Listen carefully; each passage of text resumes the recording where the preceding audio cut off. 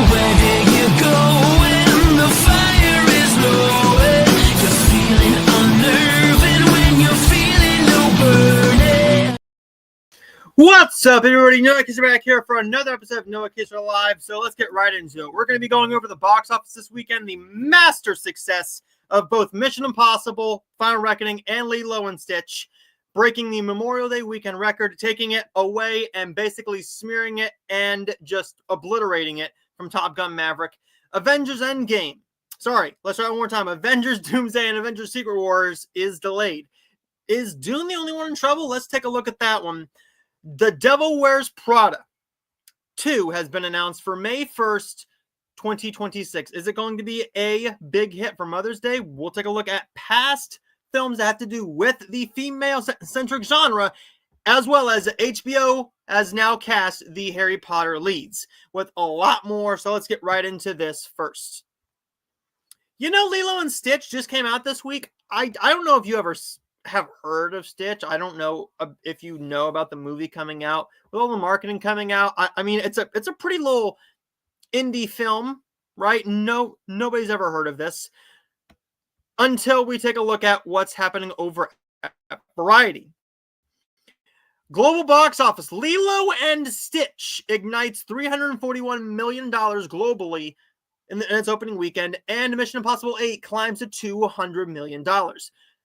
Lilo and Stitch is successfully causing box office mayhem.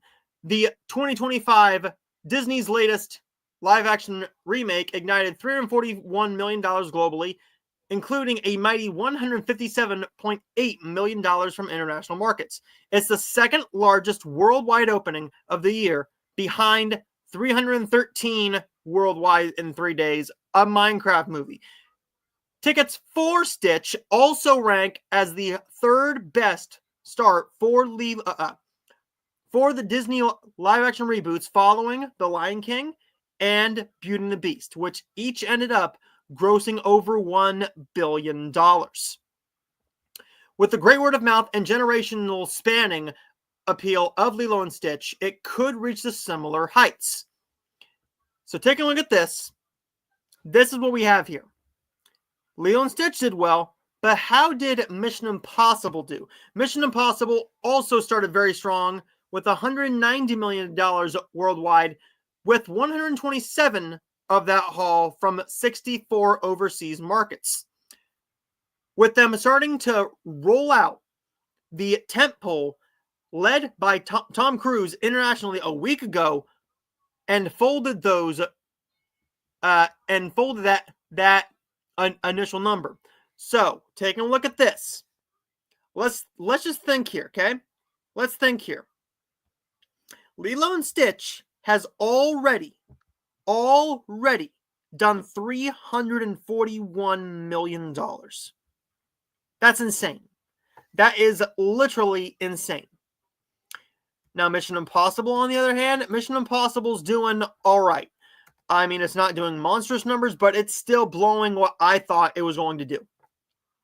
If we think back to what happened with Dead Reckoning Part 1, Dead Reckoning Part 1 had a lot of competition coming up against it within the next 1 or 2 weeks. So what it's doing right now, let's take a look at this. Its opening weekend, Dead Reckoning was $54 million. Taking a look at this according to the numbers, $54.6 million on a production budget of $290 million. So it doubled its it doubled its budget.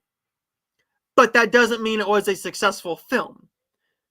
It was the biggest weekend, 3.16 legs, domestic share 30%. That's not too awful bad. So it did a domestic total of $172 million.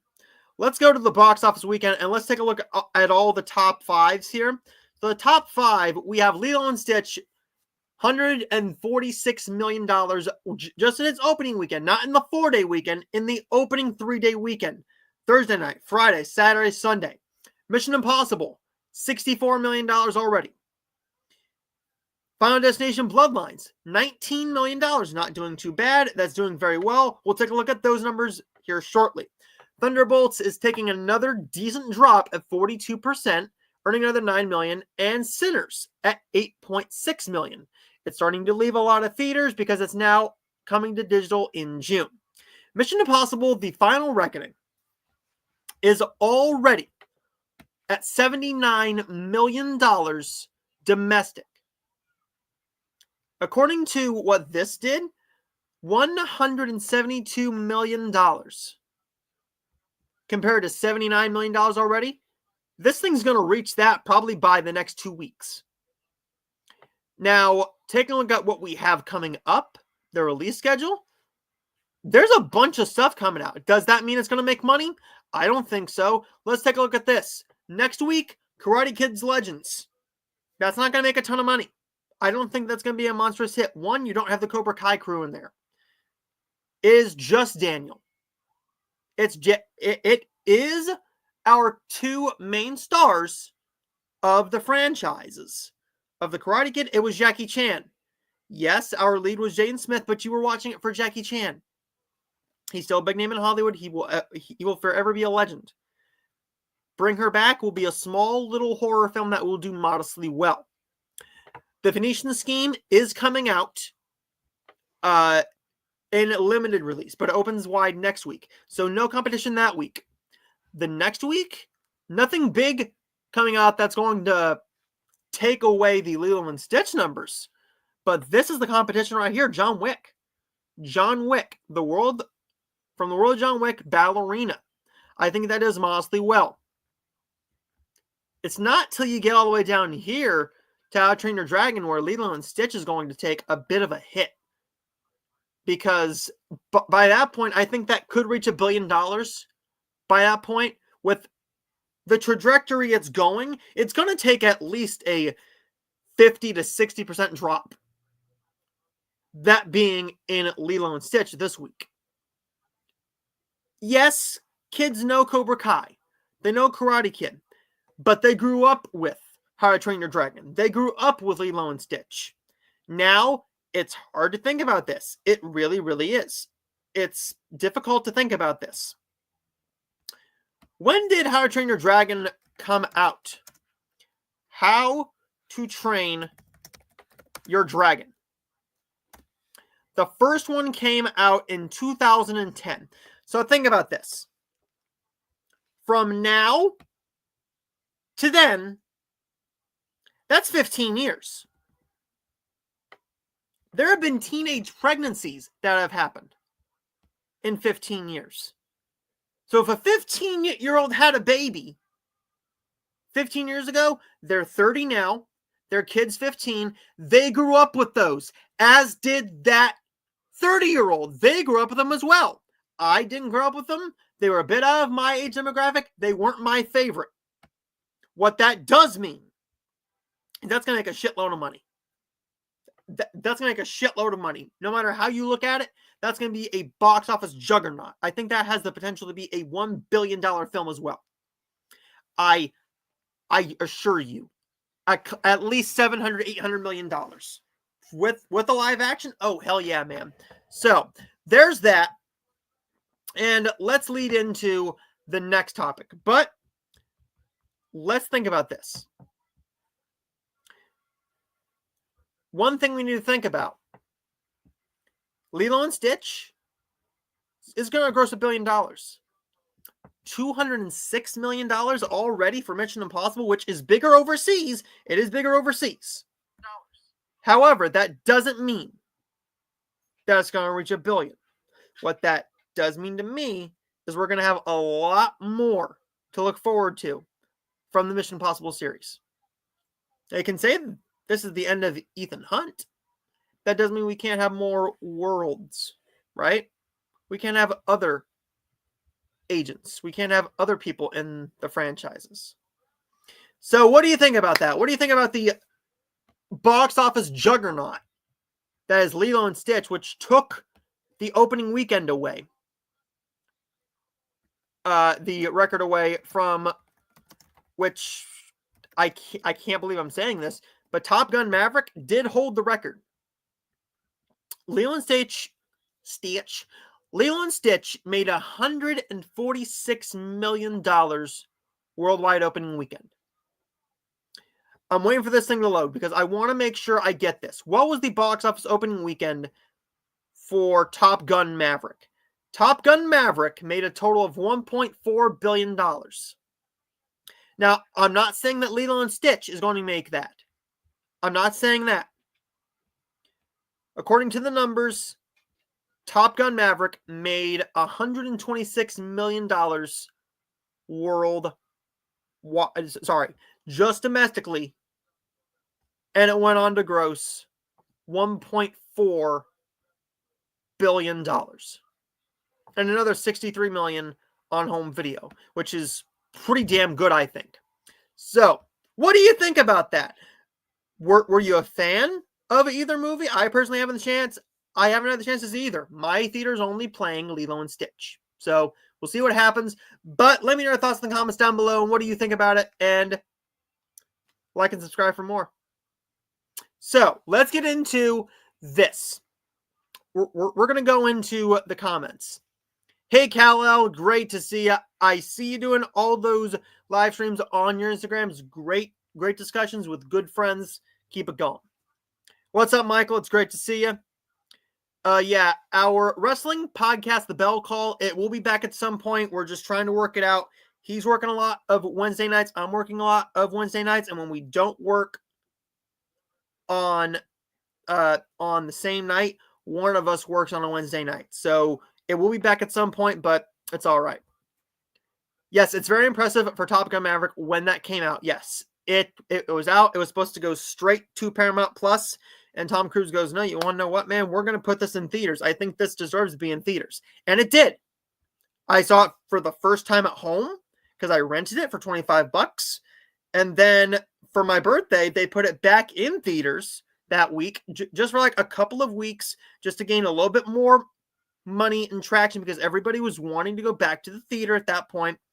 And my family said, let's go and see Top Gun Maverick. So we did.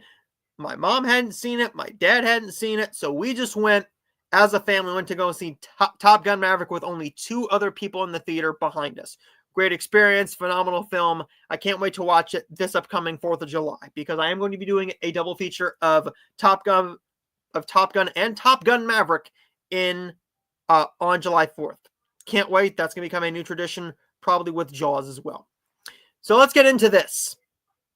Next up, Avengers Doomsday and Secret Wars are delayed. Is Dune the only one in trouble? So what we have to think here is, why did they move it? Why did they move this? Well, we're going to read from The Hollywood Reporter. And The Hollywood Reporter, they moved them from May to December. That's very rare that they move something this big. They're pushing it from May 1st to December 26th. Doomsday and Secret Wars is coming from May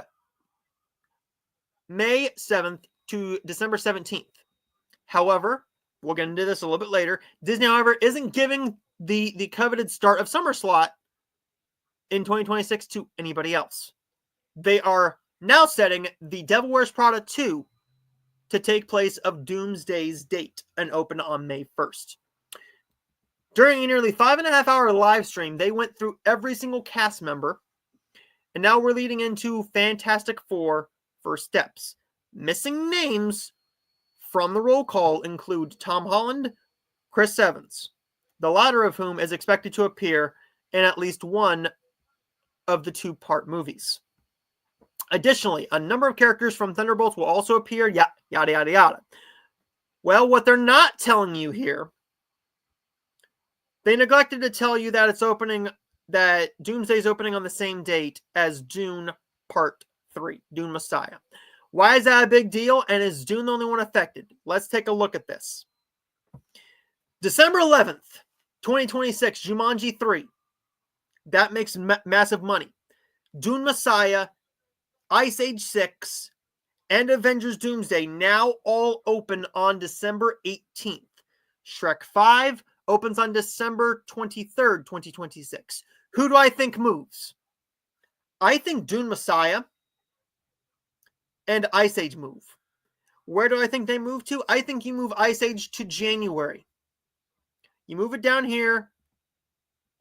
Let's try this. Let's go to January of 2027. And we'll... Of 20... It's not working my way. This is not going my way.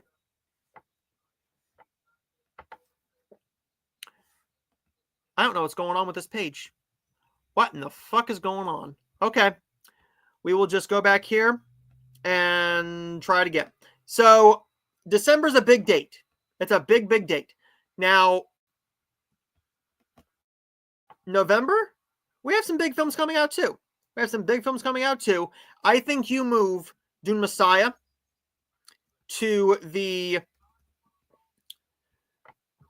November 26th. Maybe you put it in October. There's a lot of opportunities where you can stick this thing. Dune Messiah is going to make a lot of money, no matter where you put it.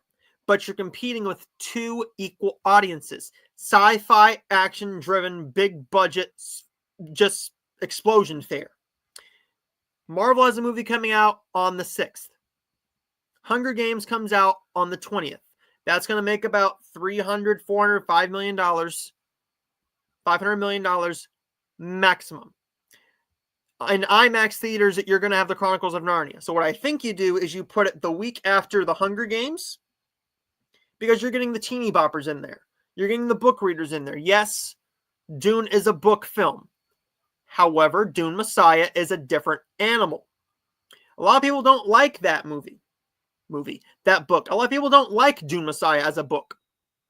A lot of people would rather them just leave it, but they took some liberties with Dune Part 2 and split the first Dune book into 2 parts, which everyone said was a dumb idea. Denis Villeneuve did that. Look at this. Jumanji's not moving. They know they're not moving. They've already marked their spot. For it. And why I say that is Jumanji, if I'm not mistaken, has always released in December with The Rock, Kevin Hart, Jack Black, and Karen Gillan films. They've always opened in December because they had almost no equal competition. Almost none. Here we go. Yeah, I was right. So going here, every single Jumanji film that's come out over the past 10 years has opened in December. And look at the results. The Next Level, $792 million. Jumanji, Welcome to the Jungle, 961. Why did this make more? Well, let's take a look at what was out. This was out the week before. This was just becoming a big thing. So this opened the same weekend. You had no layover between the genres. You had animated. This had been out for a little while. So Ferdinand just opened a couple weeks before it. Star Wars opened a couple weeks before it. Greatest Showman did make a crap load of money. Don't get me wrong. For its budget, this thing made bank. This thing made $428 million. And it's a beloved classic now. Jumanji, $961 million. Jumanji The Next Level was not that strong of a film, but you had a juggernaut. You had a juggernaut coming out that time, right? Let's take a look at this. Let's go down to 2019. 2019, and we will go to right here. Jumanji: The Next Level opened at $59 million. Frozen 2 had been out for a couple of weeks, but it was still earning $19 million. Took a 50% drop. Knives Out was a massive hit for them.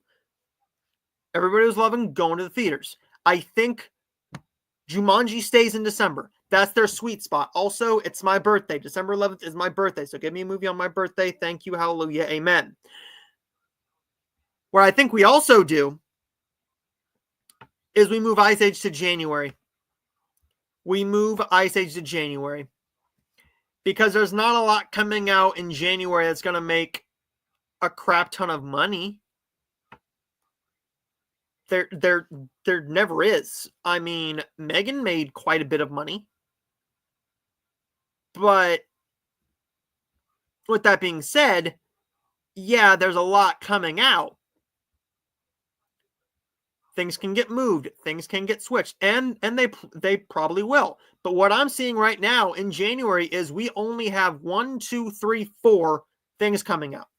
Ice Age could go in that first or second week of January slot. We have The Children of Blood and Bone, an untitled, yep, it's their yearly Blumhouse film. And The Angry Birds 3 coming out on January 29th. So I think we keep that there, right? I think we keep that. But we'll see what happens. I'm not sure. We'll see.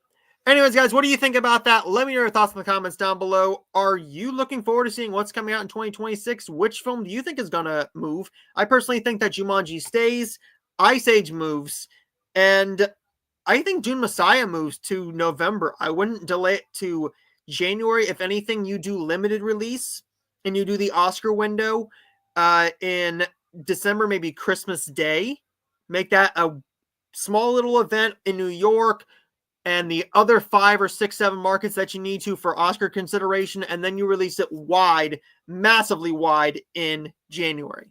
Let me know your thoughts in the comments down below, and let me know your thoughts, and like and subscribe for more.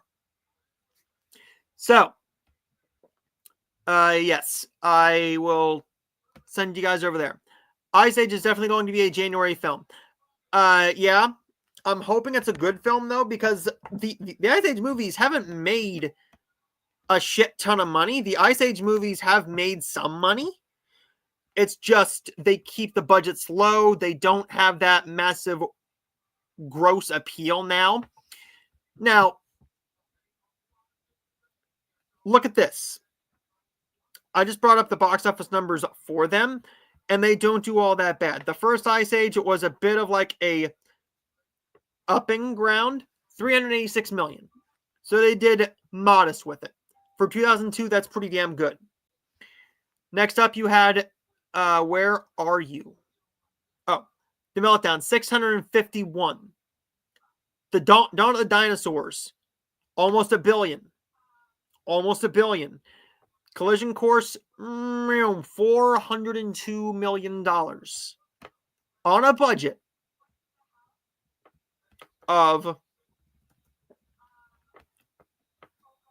well, on a budget of $105 million. That's not too bad. I think you can maybe do that in January if you have something to lay over with. Clearly, there's a bad taste in our mouth from the adventures of Buck Wild, but it's fine. It's fine. Let's go into the next topic. Well, first we will go into the comments. Thoughts on Bronson Reed being the third guy in Rollins' group? I think he's a good muscle man. Rollins did need a third member. I wouldn't have gone with Bronson Reed because, again, wrestling logic, you forget what happens until you're a babyface in another storyline. But I think there's a chance that you get Rollins to turn... No. Braun Breaker turns babyface on Rollins at some point, becomes a massive star, and he's your new Roman Reigns. I believe that's what happens.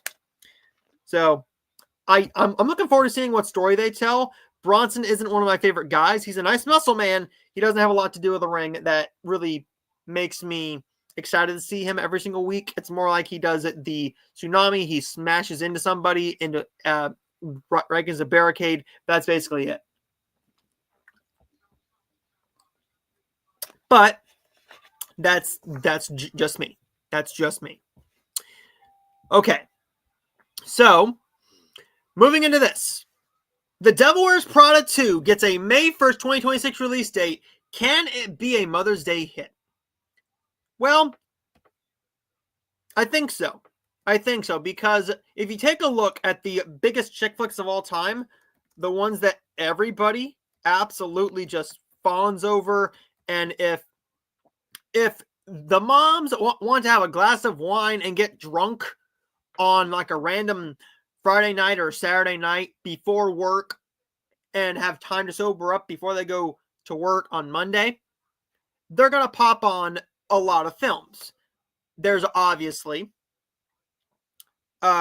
your Notebook, your book clubs, your Mother's Days, your 13 going on 30s, your other things, right? But we can't discount this. Moms love their movies. If we take a look at what The Devil Wears Prada did in theaters in 2006, $326 million isn't nothing to sneeze at. That is nothing to sneeze at. I think this could be a massive deal. And I'm going to explain why. The legacy of this film. The Devil Wears Prada is a beloved classic to many, many people. Even at the Oscars, Anne Hathaway and Emily Blunt did a joke where they were supposed to get coffee for Meryl Streep, and they were terrified of her. Meryl Streep is a menace in that film. She does a phenomenal job. She deserves every acting award she's ever been given and will be nominated for, because she is one of the all-time greats. Hallelujah, forever, amen. She is probably the greatest actress of all time. So you have her legacy. You also have Emily Blunt, who's making quite a name for herself in Hollywood with stuff like a nomination and Oscar consideration for Oppenheimer. You also have the box office numbers to back that up here. Anne Hathaway is making a big comeback. We got The Princess Diaries 3. We have her massive hit on Prime Video in a rom-com called The Idea of You. I think this could be a promising idea here. Will it be a hit? Potentially. Movies that open around Mother's Day do modestly well. And the movie that I'm going to bring up that I think is the biggest thing that just screams this is Book Club. Book Club was a film that very few people had any interest in. The trailer looked cute. It's a bunch of old women reading the 50 Shades of Grey series for the first time. No one was expecting this to do any money. And before I bring this up here, the movie did over 10 times its budget. On a budget of $10 million, Book Club opened at $13.5 million, which was not a good opening for this. This was not a good opening. Going on to gross $105 million. This opened the week after Mother's Day, so you could take your mom a week late to go and see this and say, hey, Mom, this came out a little bit later. This came out blah, blah, blah, blah, blah, blah. It works. I think that this has the potential to be a not a billion-dollar film, but a massive hit. Mother's Day, which was actually about Mother's Day, on Mother's Day, and mainly focused around the holiday, we had a lot of those in the from about 2010 to about 2016, 2017, we had a New Year's Eve, we had a Valentine's Day, and we have Mother's Day. We had a Labor Day film, not the same thing by any stretch of the imagination, but Mother's Day did not do all that well for its budget. It had a $25 million budget and earned $52 million worldwide. So I think what you need to do is you need to put this film out and you need to market the hell out of it. You need to make this film be a big deal. Because if you don't market the hell out of this and really make it seem like it's a different film, The Devil Wears Prada 2 is not going to make any money. It's not going to make any money. We could say the same thing about Freakier Friday. I thought that was a dumb idea. It was too late. What do you do with that idea? Now I like this plot they're going with. I like that you're bringing back the old cast members. I like you're bringing all these elements into it. I think what you do with this is you see who takes over the company. You have their feud continue. Emily Blunt comes back. Anne Hathaway is still there. Meryl Streep's still there. You have this big hullabaloo again, and I think that's what you do. I've seen the film once, so if I'm forgetting a topic, forgive me. It is in my wheelhouse. If you look at my comfort films, it's clearly in my fucking wheelhouse. But this is a great Mother's Day hit if they market it well and if the story's there. So what do you think? Are you a fan of The Devil Wears Prada? I like the film well enough. I'm going to probably rewatch it next month because it's been a while since I've seen it. I would like to watch it again. I think, actually, if it's on streaming, I might even watch it tonight. We'll see. I'm looking forward to seeing what happens next. Let me know your thoughts in the comments down below. And like and subscribe, and I'll see you all next time. So, this is the big story of the day. This is the massive news story of the entire week. This will be the biggest story, I think, in movie news to come out in a great long while. They have cast Harry Potter. So take a look at this.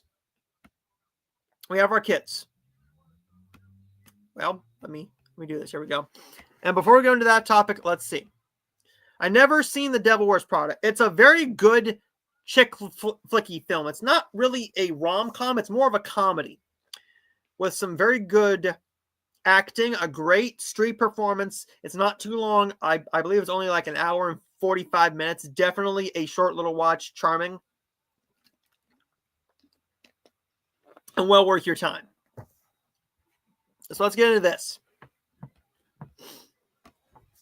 HBO casts Harry Potter leads. This was exciting because, of course, we know Snape, we know McGonagall, we know Dumbledore. But what was the big missing point here?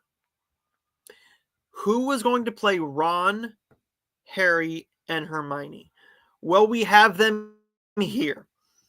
Meet our stars. Arabelle Stanton as Hermione.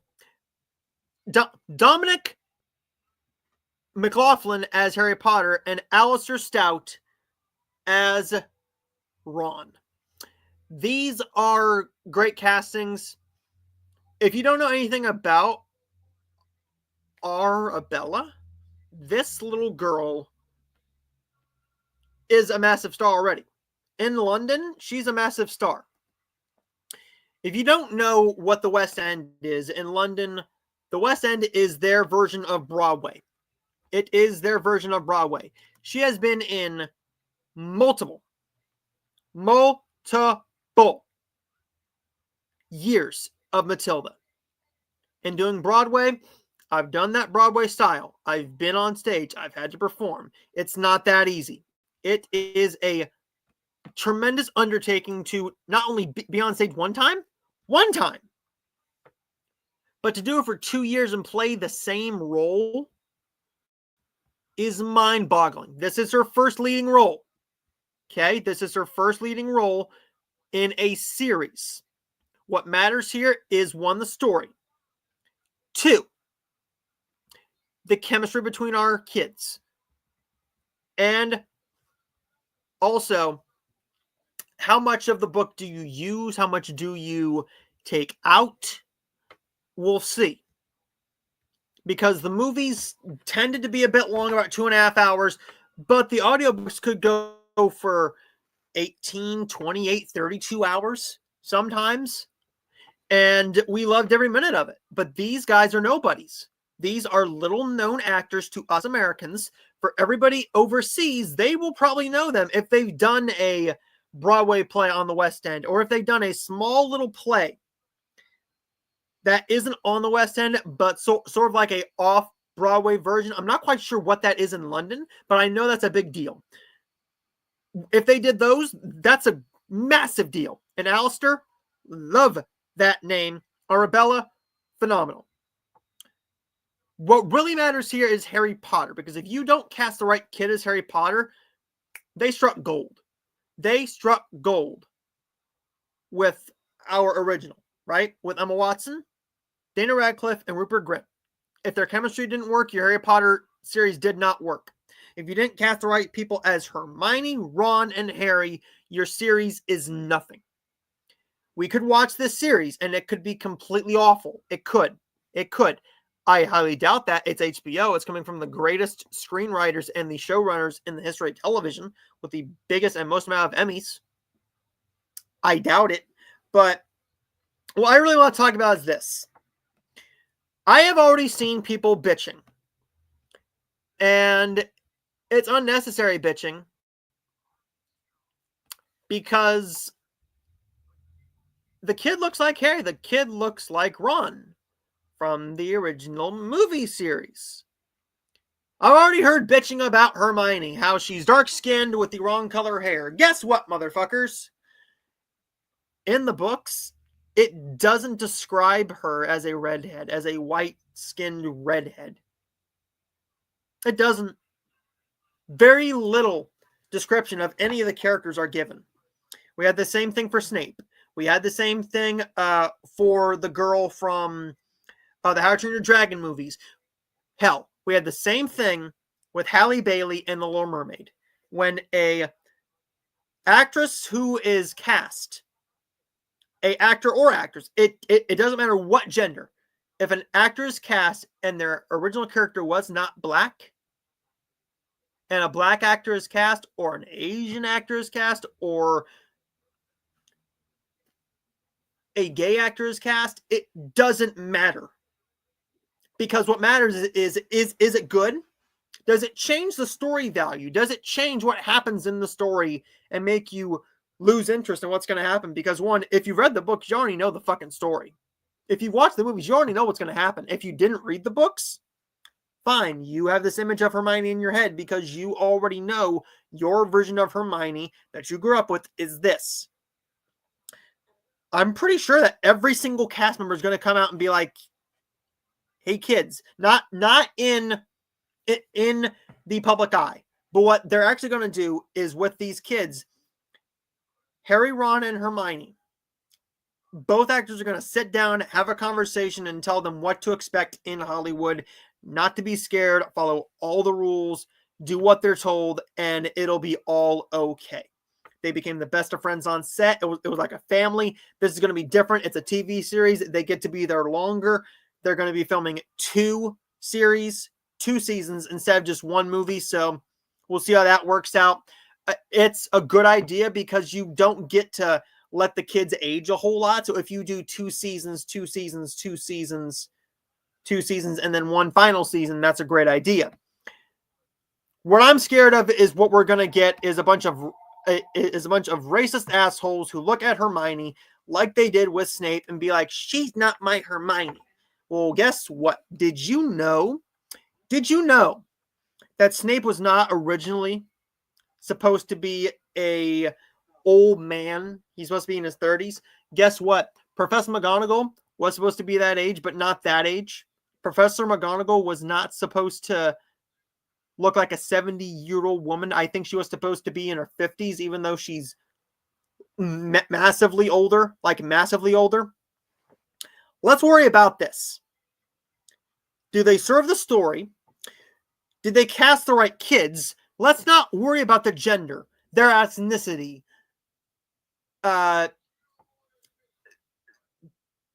Anybody could have been cast here. And people will find a way to bitch about it. Let's sit down. Let's let them film this shit and watch the series next year on Max. On HBO Max. That's what we're going to do. Because what we are going to do now is we're going to sit here. We're going to bitch, moan, gripe, shit, piss, and jerk off until we sit down and we watch the goddamn show and we see how fucking great it is. That's what we're going to do. Because we're not going to have another propaganda. We are not going to have another smear campaign with actors or somebody that we didn't want in a certain role. Guess what? Halle Bailey is beloved as Ariel now. We have a black Ariel in Walt Disney World and Disneyland. Little girls love her. They saw representation. How do you think that's going to make girls feel when they sit down and see their ethnicity represented by a lead female character in the Harry Potter series? It doesn't matter if she's not white. White is irrelevant. Black is irrelevant. Is she a good actress? Probably. She's been on Broadway for a couple of years now, and the Broadway stage is a lot harder than being on film or a TV series because you only have one take. You don't get any retakes. There's no camera running. It is you are there, you are live, you are in front of an audience, and you are there. There's nothing you can do about it. If something goes wrong on stage, if you flub up a line, you can't ADR it, you can't do anything, you just do it. With this, I think they cast perfectly good kids. We're going to see how they act. I haven't seen any of them act myself. I'm sure that HBO knows how to hire good actors. Game of Thrones, anybody? Succession, anybody? The Penguin? Showrunners? Let's think about it. Let's just be happy we have a Harry Potter series coming. The Wizarding World is going to live on in infamy, no matter how you feel about J.K. Rowling. The Harry Potter fans are rabid. It's a massively growing empire that is going to outlast us all. With Universal now having their Harry Potter world in 2 different areas of the parks, with the Fantastic Beasts movies doing decently well, this series coming, the books becoming massively popular every single year again. They continue to sell millions and millions of copies every year, whether it's used, new, or indifferent, or on digital, a massive hit. But what do you think about this? Are you happy with this casting? Don't believe any of this bullshit that you're going to see with the ethnicities, because the ethnicities is stupid. It's stupid. You're a racist piece of garbage if you consider somebody's ethnicity, race, an issue in a casting when you haven't even seen the show yet and when it doesn't even affect the script quality or the quality of the show. It just affects what I think of you as a person. So there's that. And if I piss anybody off, fine. If you see an issue with anybody colored being cast in a massively popular series where the original actor was not a real person, then that is on you. And if it's not written in the book, like if Harry Potter was written as a blonde-haired white boy with a lightning scar on his forehead, fine. Hermione is not written that way. Ron is written as a red-haired boy. That's what you needed to do, red-haired. And you did it. Cool. That's perfectly fine. I'm worried about the quality of the series. I'm glad they're casting these kids. These kids are going to have massive careers in the future. HBO knows how to push stars. So we will see what happens. But let me know your thoughts in the comments down below. And like and subscribe. And I'll see you all next time. Looks like the series will be successful. I think it will be. I really think it will be a massive success. So, the Superman runtime has been revealed. I wanted to talk about this because this is a massive deal. Because one, if you have kids, if you're going on a date and your date has kids, or if you have a kid, you have to hire a babysitter. And you have to plan your day around it. If you have a massive thing to do on that weekend and you want to go and see Superman, you need to know how long the movie is. People mapped out their time to go and see a movie like Once Upon a Time in Hollywood, Killers of the Flower Moon, Oppenheimer. They planned around what was going to be happening in their day, in their weekend around that, because they're such long films. Thankfully, they're not going the 2.5, 3 hour route. We have a 2 hour and 2 minute runtime for Superman. I think that's a great runtime for it. It's the perfect runtime for an introductory to a world. We had Star Wars, we had the Guardians of the Galaxy, we had many other films that have been 2 hours and 2 minutes. Multiple of the MCU movies are 2 hours and 1 minute, 10 minutes, 11 minutes, and they're perfectly fine. I'm just hoping that the runtime serves the movie. If we sit down and we watch the movie and we'll be like, that's rushed, then we could have had another 20, 30 minutes to flesh out the story a little bit. We can sit down and we can say, this can be a 90-minute movie. You didn't need all this filler. I believe in James Gunn, though. Suicide Squad, Guardians of the Galaxy, anybody? Yeah. He knows how to deal with a runtime and he knows how to write good scripts. So there's my small little talk about that. And now let's go into this. James Gunn is going to announce everything DC at Comic-Con. So what does that particularly mean? Well, reading this, we're going to look at what exactly he said and what I think it means and what we will get. Oh, wow. I didn't even pull that up. I did not pull that up. Well, that's great. So pretty much what he said is that him and John Cena are going to be at Comic-Con in August. Or whenever the Comic-Con is. Whenever the Comic-Con is, he is going to be there with John Cena to talk about DC and Peacemaker. So there's going to be a Peacemaker panel and a DC panel. What they do here is massive, because if you do what Marvel did, imagine looking back and being like, oh, look, here comes Blade. Mahershala Ali comes out. Loki comes out. The whole MCU comes out. If you do that at this, that's great. They didn't announce that Loki was coming out. They didn't announce multiple people were coming out when the MCU did that. So I think we're going to get the announcement of who's playing Lobo. I think we're going to get the announcement of who's playing Batman. They're going to show us some footage from Supergirl. I think we're going to get the announcement of who's playing Wonder Woman. I think we're going to get that because Superman will be in theaters and out of theaters by that point. It will be in theaters. It will have been seen. I think that's going to be great for them because if you announce Batman, if you announce Batman, Lobo, and Wonder Woman, I think that's a good starting off point because we already know our pillars are going to be Batman, Superman, Wonder Woman, Supergirl.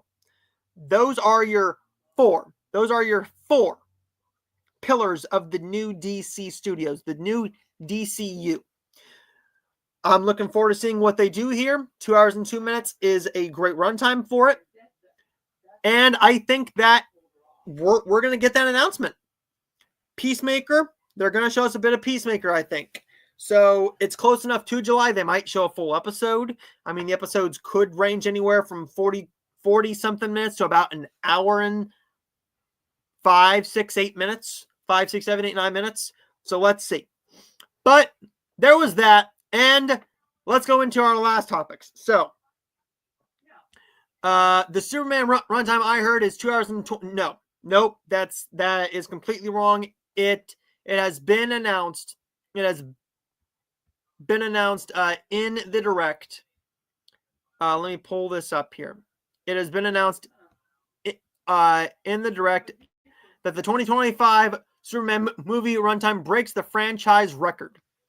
So going down here, yada, yada, yada, yada. Oh, here we go. 122 minutes, which will be the second shortest, with the first being the 1987 Superman 4, The Quest for Peace. And below here, it also gives you a look at the runtimes. So 143, 127, 125, 90 minutes, 154, 143, and 152. So I think that this is a good runtime for it. Introducing everybody. We will see what happens, but yes, it is going to be 122 minutes. Pretty good runtime. I have faith in James Gunn. Yep, we should not doubt James Gunn. And Comic-Con is in July. Yes, it is. I cannot remember, and thank you for that. So let's go into this up next. We will be going into our two regularly scheduled topics. I'm not doing a ticket tracker this week or a release rewind, but I will be adding a new segment in the next show called What Made More, where we will be taking a look at a select few films and comparing what they made, but also this movie, what made more. So for instance, one might be, let me just look at the collection, like let's do Grease and Saturday Night Fever. It could be Wicked or Frozen. One of those two. We will see what happens there. But let's go into this next. Every single week we go into the Netflix top 10. So we will be going into that up next. We always do the movies first, so it has changed a little bit. We have some new movies on Netflix, so let's get into it. Let's go into the Netflix top 10. So the Netflix top 10 is one of my favorite things to do, and it looks like this. Number 1 is The Wild Robot. Number 2, Fear Street Prom Queen. Number 3, Instant Family. A bit surprising. That's becoming a massive hit on Netflix. It's been in the top 10 for a number of weeks now, and it just keeps going up the rankings.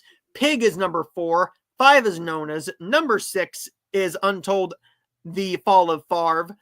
Number 7, Air Force Elite Thunderbirds. Number 8, Despicable Me 4. Number 9, Home. And number 10 is Havoc.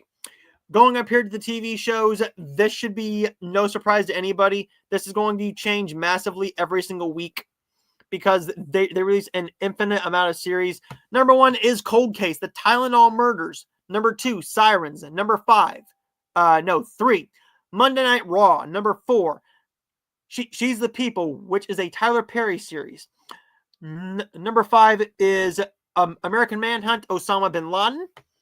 Number 6 is Mike, whatever his name is, The Good Life, a stand-up special.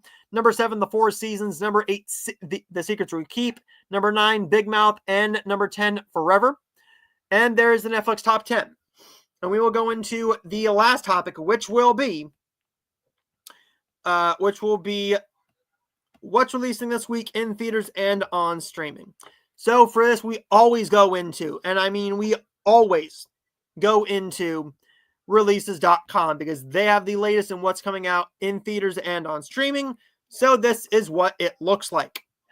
This week we do have Captain America Brave New World coming out on Disney Plus tomorrow.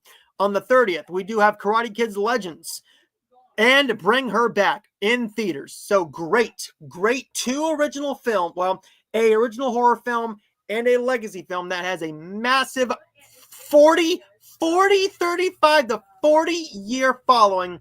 Dogman comes to Peacock. And finally, going down here to the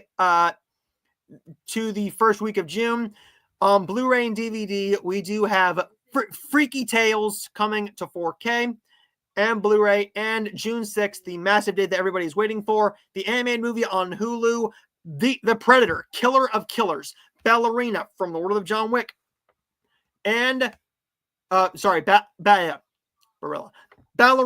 and The Phoenician Scheme come to theaters. We do have a lot of things coming to a streaming and VOD, but the only big things that will be out is going to be the Predator film on Hulu, The Phoenician Scheme, and Ballerina next week, and in limited theaters, The Life of Chuck, which is said to be an Oscar contender.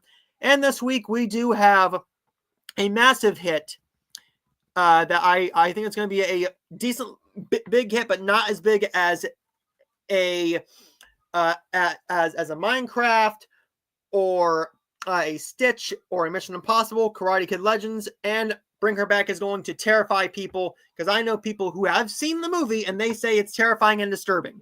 So if you're looking forward to that, let me know your thoughts in the comments down below. And as always, guys, like and subscribe for more. And as always,